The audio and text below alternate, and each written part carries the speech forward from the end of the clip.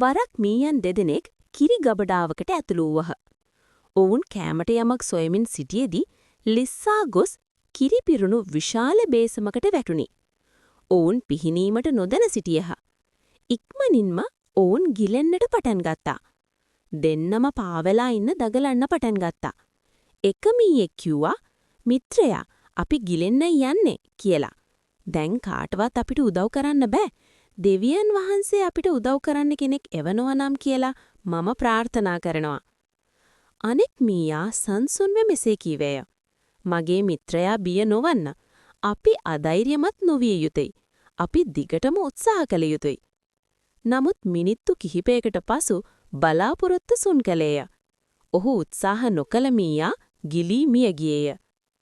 අනෙක් මීයා තම මිතුරා කිරිවල ගිලෙනවා දැක ඉතා කනගාටු විය. ඔහු පාවෙමින් සිටීමට උත්සාහ කරමින් කකුල් චලනය කරමින් සිටියේය. ඉක්මනින්ම මෙය කැළඹීමේ බලපෑමක් ඇති කළා.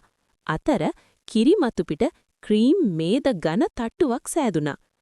මහත් පරිශ්‍රමයකින් මීයා ක්‍රීම් තට්ටුවට නැග ආරක්ෂිත ස්ථානයකට පැන්නේය. තමන්ටම උදව් කරගන්න අයට දෙවියන් වහන්සේ උදව් කරන බව මීයාට වැටහුණි.